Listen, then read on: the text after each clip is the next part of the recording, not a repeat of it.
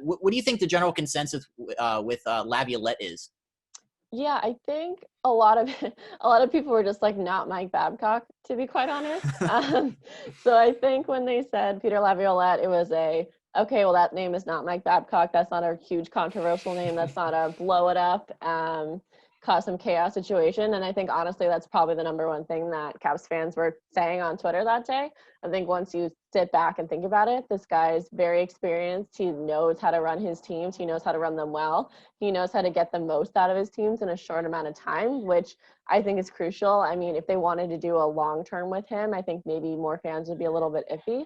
But, just seeing what he did in Nashville with, a Philip Forsberg and Roman Yossi and those guys, I think he'd be really, really good in Washington. And it is, kind of one of those shorter deals. The Capitals window is closing. So we'll see what he can do in the first year, couple years. But I think it just makes sense overall for the Caps.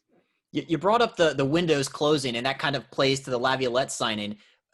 It's crazy going back. What's the statistic? It's like they had never hired a head coach that had previous head coaching experience. What was, I Yeah, forget it what it was. was, they never hired a head coach that had won a Stanley Cup before being hired, which is kind of crazy. But also in the Alex Ovechkin era, he's never had a coach besides Barry Trotz that wasn't a rookie head coach. That's So what it this is. is Yeah. only his second, basically, coach with any experience. And for Barry, I mean, he only had one other team, but he was there for, multiple, numerous years.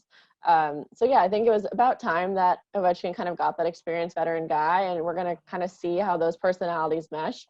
Obviously, there's a lot of big personalities in that Capitals room, so I think it'll be super interesting to see how Laviolette manages those, and vice versa, how they're going to see him in the room. But yeah, I think overall it'll be super interesting, and I know he's already talked to players and coaches and all that, so we'll see how things go.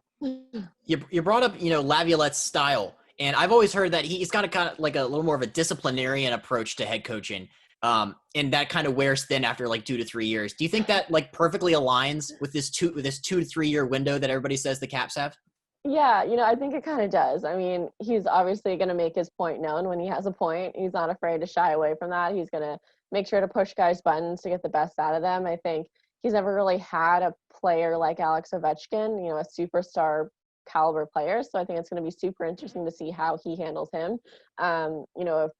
If he's not playing well, like, do you bench an Alex Ovechkin? Like, I don't know. But I just think for him, yeah, overall, his coaching style, obviously, he's done great things with the blue line. You just look at Nashville. I mean, a Roman Yossi, Philip Forsberg, all these different guys. So I think in Washington, maybe they'll try to do the same. I think it'll be super interesting how he works with the John Carlson. And again, he has to hire his entire assistant coaching staff. So he kind of has the ability to hire who he wants or kind of keep who the Capitals have on staff. So we'll see how it kind of plays out once the season actually starts, which we don't know yet exactly when that will be. But yeah, overall, I just think definitely disciplinarian. It might be a little harsh right now. I know he was like that really early on in his younger years as a head coach, but definitely knows when to put his foot down.